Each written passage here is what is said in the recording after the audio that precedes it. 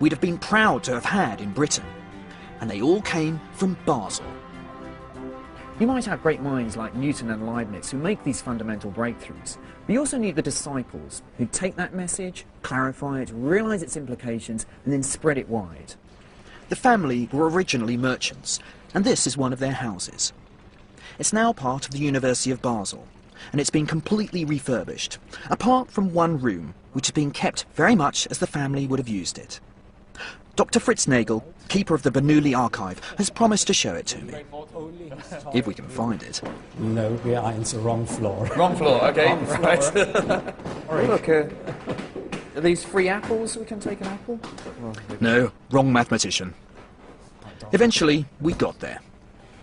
So this is where the Bernoullis would have done some of their mathematics of an evening? I was really just being polite. I'm not sure we should have bothered. The only thing of interest was an old stove. Now, of the Bernoullis, which is your favourite? My favourite Bernoulli is Johann I. He is the most smart mathematician. Perhaps his brother Jakob was the mathematician with the deeper insight in the problems, but Johann found elegant solutions. The brothers didn't like each other much, but both worshipped Leibniz. They corresponded with him, stood up for him against Newton's allies, and spread his calculus throughout Europe. Leibniz was very happy to find two gifted mathematicians outside of his personal circle of friends who mastered his calculus and could distribute it in the scientific community. That was very important for Leibniz. Yeah, and important for maths too. Without the Bernoullis, it would have taken much longer for calculus to become what it is today, a cornerstone of mathematics. At least that is Dr. Nagel's contention, and he's a great Bernoulli fan. Tonight, he's arranged for me to meet Professor Daniel Bernoulli, the latest member of the family, whose famous name ensures he gets some very odd emails. The other one which I got was Professor Bernoulli, can you give me a hand with calculus? Yes, exactly. To find a Bernoulli, then you expect them to be able to do some calculus. But this Daniel Bernoulli is a professor of geology. The maths gene seems to have truly died out. And during our very hearty dinner, I found myself wandering back to maths. It's a bit unfair on the Bernoullis to describe them simply as disciples of Leibniz. One of their many great contributions to mathematics was to develop the calculus to solve a classic problem of the day. Imagine a ball rolling down a ramp. The task is to design a ramp that will get the ball from the top to the bottom in the fastest time possible. You might think that a straight ramp would be quickest, or possibly a curved one like this that gives the ball plenty of downward momentum. In fact, it's neither of these. Calculus shows that it's what we call a cycloid, the path traced by a point on the rim of a moving bicycle wheel. This application of the calculus by the Bernoullis, which became known as the calculus of variation, has become one of the most powerful aspects of the mathematics of Leibniz and Newton. Investors use it to maximize profits. Engineers exploit it to minimize energy use. Designers apply it to optimize construction. It has now become one of the linchpins of our modern technological world. Meanwhile, things were getting more interesting in the restaurant. My second surprise, I introduced Mr. Leonhard Euler. Daniel Bernoulli. Leonhard Euler, one of the most famous names in mathematics. This Leonhard is a descendant of the original Leonhard Euler, star pupil of Johann Bernoulli. I'm the 9th generation and the 4th Leonhard in our family after Leonhard Euler the first, the mathematician. Okay, and yourself, are you a mathematician? Actually, I'm a business analyst, but I can't study mathematician with my name. Everyone will expect you to prove the Riemann hypothesis. Perhaps it's just as well that Leonhard decided not to follow in the footsteps of his illustrious ancestor. He'd have had a lot to live up to.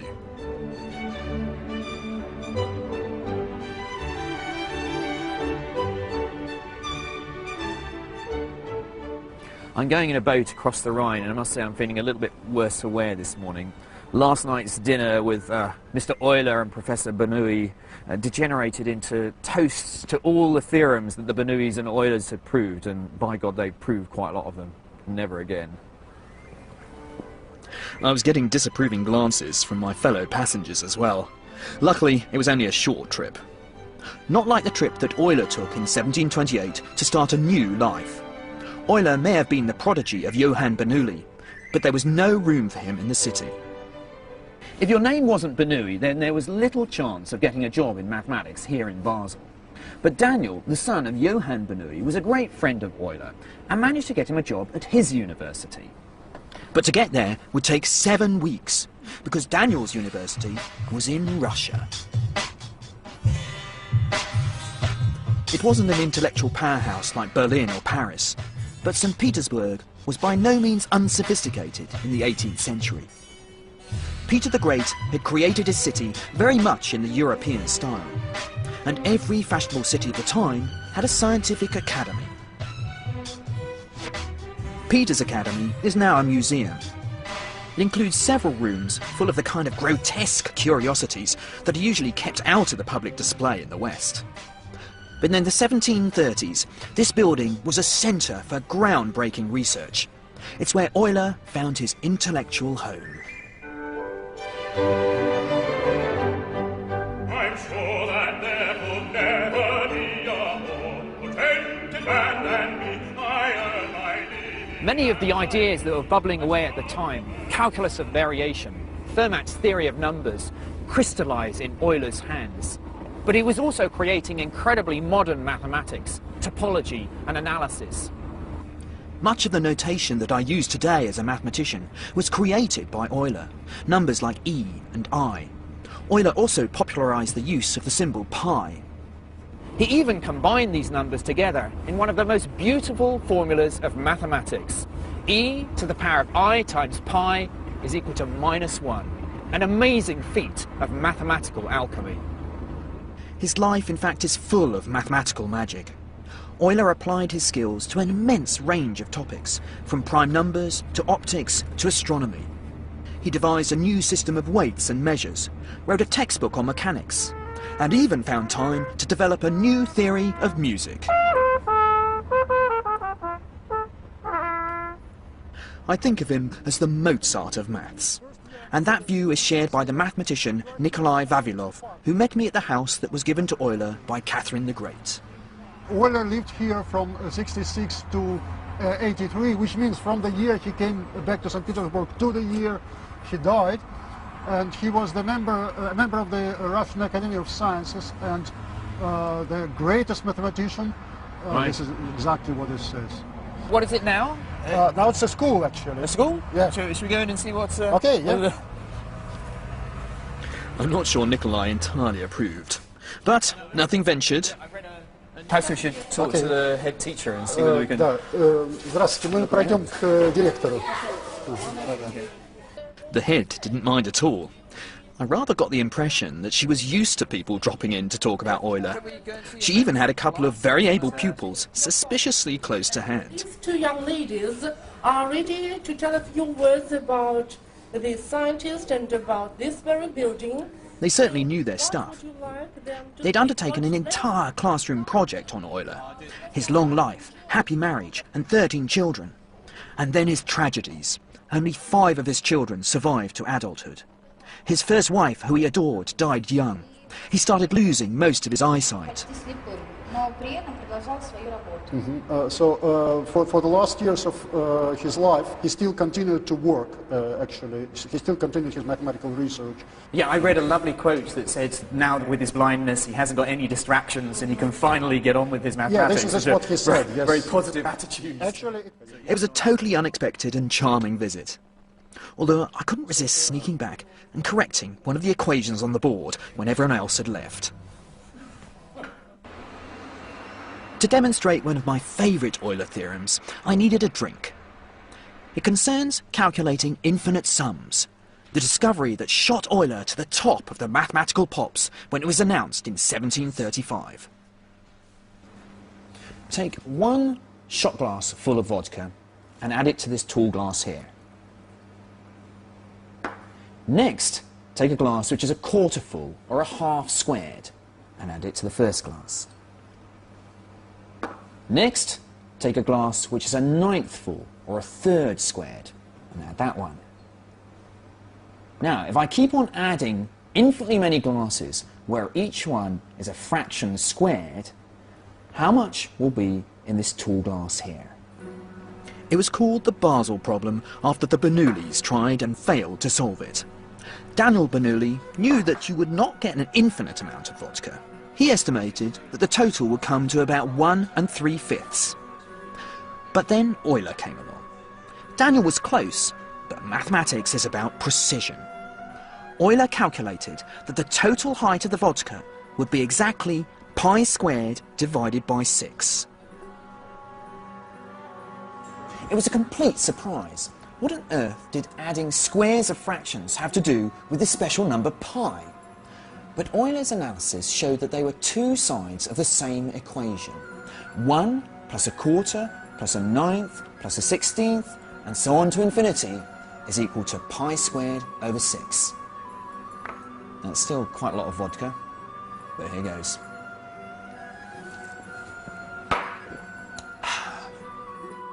Euler would certainly be a hard act to follow.